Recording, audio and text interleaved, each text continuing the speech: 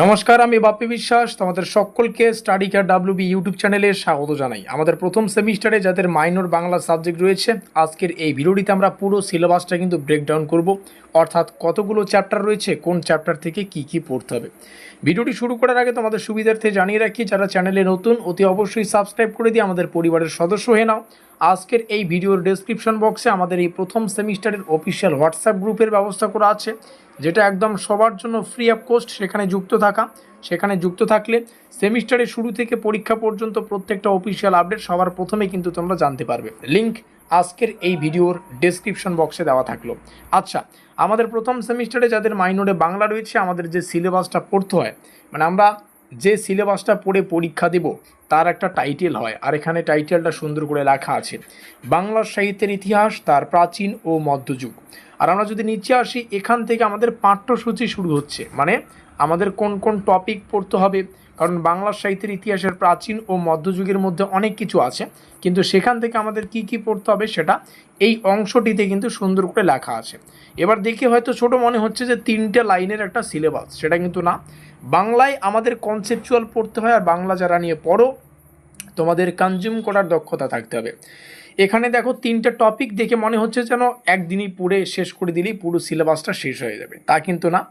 যাই হোক, এই পুরো সিলেবাসটা আজকের এই ভিডিওটিতে আমরা আলোচনা করলেই তবেই বুঝতে পারবে সিলেবাসে কি আছে, সেটা আমরা আলোচনা করছি। তার আগে আমাদের প্রথম সেমিস্টারে যে আমরা পেইড নোটসের সুব্যবস্থা করেছি, যে কোনো সাবজেক্ট বলো, মেজর মাইনর এমডি, আমরা কিন্তু অফিসিয়াল 100% সিলেবাস, 100% কোশ্চেন প্যাটার্ন মেনে, বিগত বছরের ট্রেন্ড, এবছর কোন কোন কোশ্চেনগুলো আসতে পারে এগুলো পরীক্ষা নিরীক্ষা করে নোটপত্রের সুব্যবস্থা করেছি। শুরুতেই একটা বেসিক ইনফরমেশন তোমাদের জানিয়ে রাখি। তোমরা যদি প্রথম সেমিস্টারে যে কোনো একটা সাবজেক্টের, ধরো তোমাদের মেজরে যে কোনো একটা সাবজেক্ট রয়েছে, মাইনর আছে তো মেজরে যে কোনো একটা সাবজেক্ট আছে, এম যে লিখলাম সংক্ষেপে, অন্যান্য জায়গায় যদি টিউশন পড়তে চাও, সেই ক্ষেত্রে তোমাকে 2500 টাকা বা 2000 থেকে 2500 টাকা পার মান্থ পড়ে কিন্তু তোমাদের টিউশন ফিটা দিতে হচ্ছে। আর প্রথম সেমিস্টারে একটা পেপারেরই যদি তোমরা মেজর নিয়ে পড়ো, 2 থেকে 2500 টাকা যদি অন্যান্য জায়গায় টিউশন ফি দিতে হয়, তাহলে ভাবো আরও যে সাবজেক্টগুলো রয়েছে সেগুলোর পড়লে কত তোমাদের প্রাইস দিতে হচ্ছে।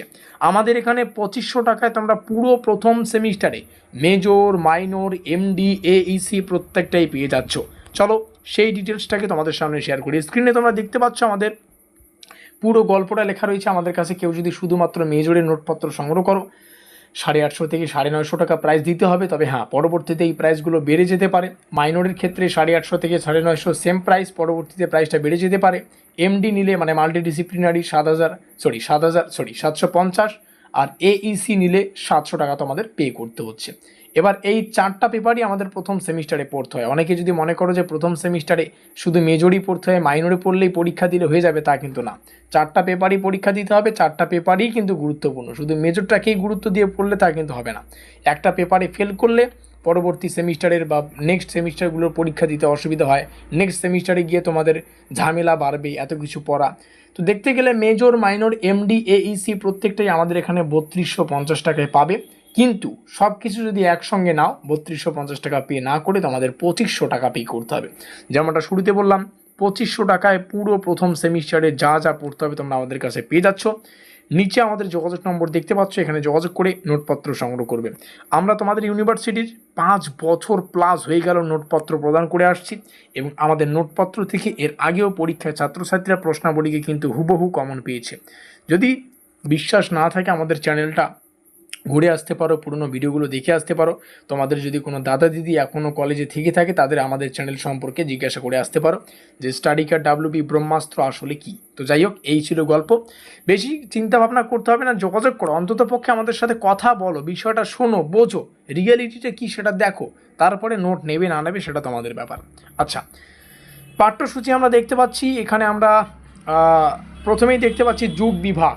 এই যুগ বিভাগের মধ্যে আমাদের পড়তে হবে যে টপিকগুলো, সেগুলো হচ্ছে বাংলা সাহিত্যের যুগ বিভাগ। এখানে প্রাচীন যুগ আছে, মধ্যযুগ আছে, আধুনিক যুগ, তার সংক্ষিপ্ত পরিচয়টা আছে, যুগ বিভাগের ভিত্তিগুলো আছে।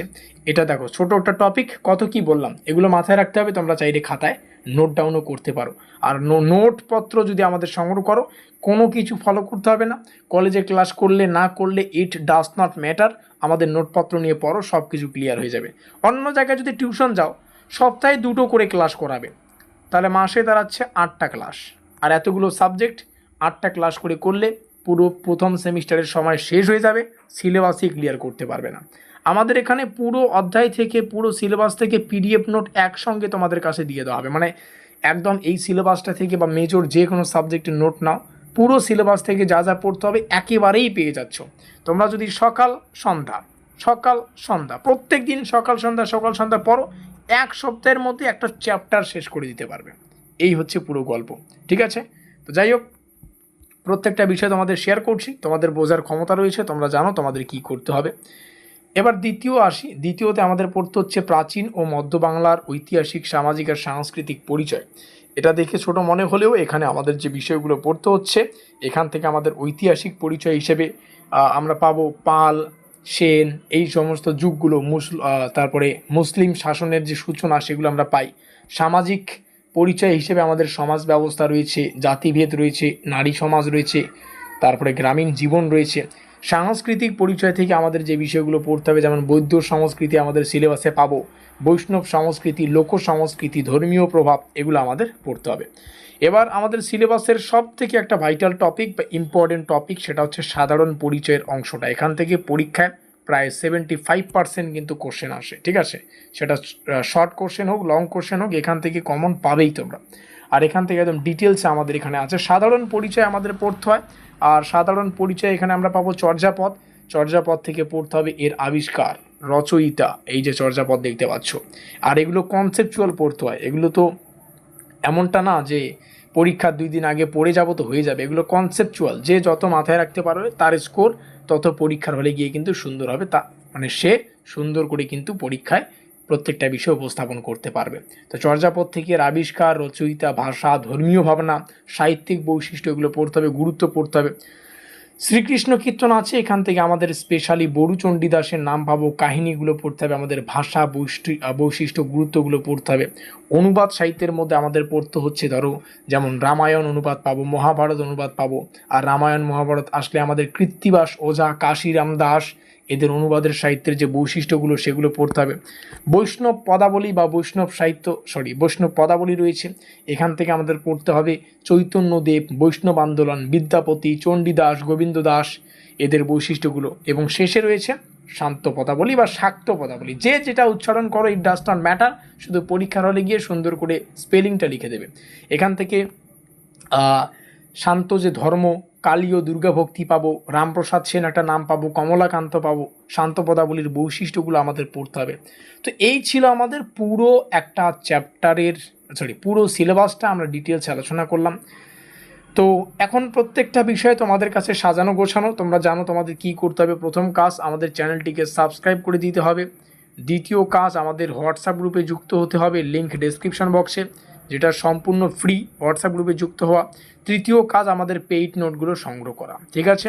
একদম পুরো 2500 টাকায় মেজরের 4টা paper, major, minor, MD, Aisi, এগুলো সব পেয়ে যাচ্ছ। নিচে আমাদের যোগাযোগ নম্বর দেখতে পাচ্ছ, যোগাযোগ করে নোটপত্রগুলো সংগ্রহ করবে। ভিডিওটিকে শেষ পর্যন্ত দেখার জন্য অসংখ্য ধন্যবাদ।